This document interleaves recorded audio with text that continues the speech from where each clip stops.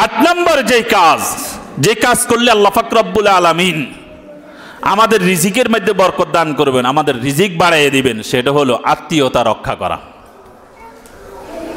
আত্মীয়তা কি করা? রক্ষা করা।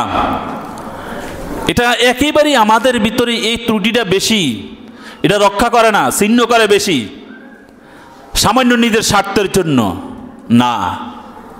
কি কইছে আল্লাহর হাবিব রাসূল পাক সাল্লাল্লাহু আলাইহি ওয়াসাল্লাম হাদিসের মধ্যে বলছেন, মান নাহাব্বা ইউজদাদা ফি উমরিহি ওয়া ইউজদাদা ফি রিজকিহি ফালিয়াসিল রাহিমাহু। যে বান্দা চায় তার বয়স বৃদ্ধি হোক, বয়স কি হোক? বৃদ্ধি হোক। মান নাহাব্বা ইউজদাদা ফি উমরিহি, যে বান্দা চায়, যে ব্যক্তি চায় তার বয়স বৃদ্ধি হোক, তার বয়স বাড়ুক। ওয়ায়ুজদাদা ফি রিজকিহি, এবং তার রিজিক বাড়ুক, রিজিক বৃদ্ধি পাক। যদি কোনো ব্যক্তি চায় তাহলে তার জন্য কি করণীয়? ফালিয়াসিল রাহিমাহু। আল্লাহর হাবিব রাসূল পাক সাল্লাল্লাহু আলাইহি ওয়াসাল্লাম বলতেছে, সে যেন তার আত্মীয়তার সম্পর্কটা রক্ষা করে, আত্মীয়তার সম্পর্ক রক্ষা করে, আত্মীয়তার সম্পর্ক যাতে করে ছিন্ন না করে। তাহলে যে সমস্ত ব্যক্তিরা তার নিজের বয়স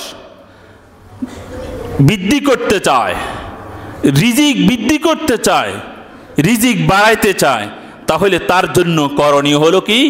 আত্মীয়তা রক্ষা করা, আত্মীয়তার সম্পর্ক কি করা? রক্ষা করা। এখন আমাদের মাঝে ভাই ভাই দ্বন্দ্ব, ভাই বোনে দ্বন্দ্ব, ভাতিজা চাচার সাথে দ্বন্দ্ব, চাচা জেঠার সাথে দ্বন্দ্ব, পাড়া প্রতিবেশীর সাথে দ্বন্দ্ব, এই টাকা নিয়ে, ওই সম্পদ নিয়ে, এই গাছ নিয়ে, ওইটা নিয়ে, এটা নিয়ে এই দ্বন্দ্ব শুরু হয়ে যায়। এই কারণেই আত্মীয়তা ছিন্ন করা যাবে না। আমাদের যত আত্মীয়তা ছিন্ন হয়েছে, একমাত্র নিজের স্বার্থকে যেই জায়গার ভিতরে প্রাধান্য দিয়া দিছে, সেই জায়গার ভিতরে আত্মীয়তা ছিন্ন হয়ে গেছে।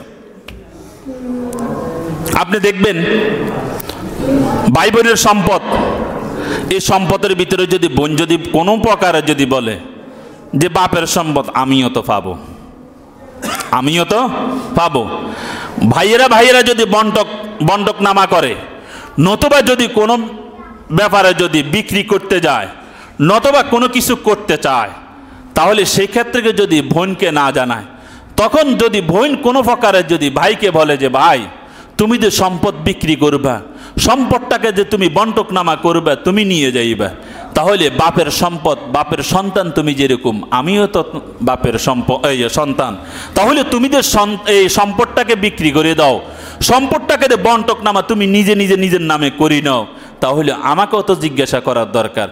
এই কথা যদি বোনে বলে, সাথে সাথে ভাইয়েরা বলে তোমার আজকে থেকে এই বাড়িতে জায়গা নেই। বোন কি অপরাধ করলো?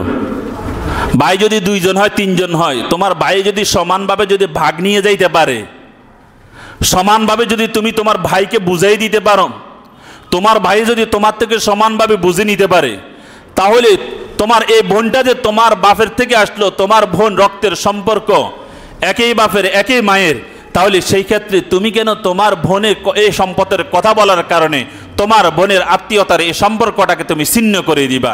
এটা তো ইসলাম বলে নেই। চাচা জেঠার সাথে কথা কাটাকাটি হলে, চাচাতো ভাই জেঠাতো ভাইয়ের সাথে যদি কথা কাটাকাটি হয়, নতবা এই সম্পদ নিয়ে যদি সামান্য কিছু নিয়ে যদি বিবাদ হয়, তখন সাথে সাথে আত্মীয়তা ছিন্ন করে ফেলে না, সম্পর্ক রাখতে হবে।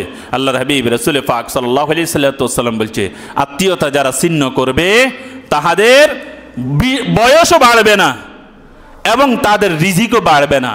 যারা আত্মীয়তার সম্পর্কটাকে রাখবে, খালি আমরা টাকা খরচ করি হাসপাতালে শুইয়া শুইয়া যে ভাই আমাকে একদিন সময় দেন, আমাকে একদিন সময় দেন, ভাই আমার যত টাকা লাগে সব টাকা খরচ করব, ওইখানে আমার 5 ঘন্টা সম্পদ আছে, 5 শতক সম্পদ আছে, বিক্রি করে দাও, কমপক্ষে হলে আমাকে 5 দিন আরো সময় একটু সুস্থতা করার চেষ্টা করো।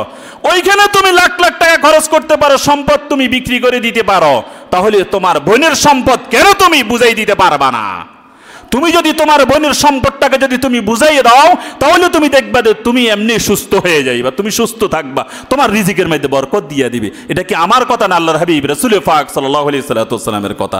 সম্পূর্ণ প্রত্যেকটা কথার কোরআন এবং হাদিস দিয়ে উদাহরণ দিতেছি। একটা কোরআন হাদিসের বাইরে নয়। আজকে আমাদের সমাজের ভিতরে বোনকে বঞ্চিত করা হয়, বোনকে বাড়ির থেকে বের করে দেওয়া হয় একমাত্র টাকার জন্য, পয়সার জন্য, সম্পত্তির জন্য। কথা বুঝে আসছে না? ভাইয়ের বাড়িতে আসি, বাপের বাড়িতে আসবে, সম্পদ বাপের সম্পদ, সেই জায়গার মধ্যে বোন আর জায়গা পায় না। তুমি তো তোমার সব কিছু নিয়ে গেছো, তাহলে এখানে কেন আসছো? বোনের খোঁজ খবর নেয় না, ভাই ভাইয়ের খোঁজ খবর নেয় না। একজন একজনের আত্মীয়তার সম্পর্ক হবে, মেয়েকে বিবাহ দিবে, ছেলেকে বিবাহ দিবে। আমাদের এখন সমাজগুলোর ভিতরে যে জিনিসটা দাঁড়াইছে, একটু সামান্য ব্যতিক্রম হলে মেয়ের যদি বিবাহের যদি দেখা যায় যে বাতিজির বিবাহের জন্য আসে, ভাই যদি ভাইকে ডাকে যে ভাই তোমার বাতিজির আজকে বিবাহের জন্য কথা বলবেন, অথবা এরকম আত্মীয়তা আসবে, যাবে না, যায় না, মনে কষ্ট। তো তোমার মনে কষ্ট তোমার ভাইয়ের সাথে, তোমার বাতিজি তোমার কি করলো? তোমার ভাইসা তোমাকে কি করলো? কেন আজকে এই জিনিসগুলো হওয়ার কারণে আল্লাহ পাক রব্বুল আলামিন আমাদের সমস্ত সাইড থেকে বরকত উঠাই নিছে। না রিজিকের মধ্যে আমরা শান্তি পাই, না আমাদের বয়সের ভিতরে শান্তি পাই। দেখেন না, 50-60 হইলে পড়লে শেষ। কোনো ব্যক্তি যদি সোজার থেকে কোনো প্রকার টের বেটারে যদি খালি পড়তে পারে, এ আর বিছনাতে করতে পারে না। তাহলে আল্লাহর হাবিব রাসূল পাক সাল্লাল্লাহু আলাইহি ওয়াসাল্লাম হাদিসের মধ্যে বলছেন, মান আহাব্বা আন ইউজদাদা ফি আমরিহি, যে ব্যক্তি তার বয়সকে বৃদ্ধি করতে চায়, ওয়ায়ুজদাদা ফি রিজকিহি, এবং তার রিজিককে বৃদ্ধি করতে চায়, ফালইয়াসিল রাহিমাহু, যাতে করে সে আত্মীয়তার সম্পর্ক রক্ষা করে।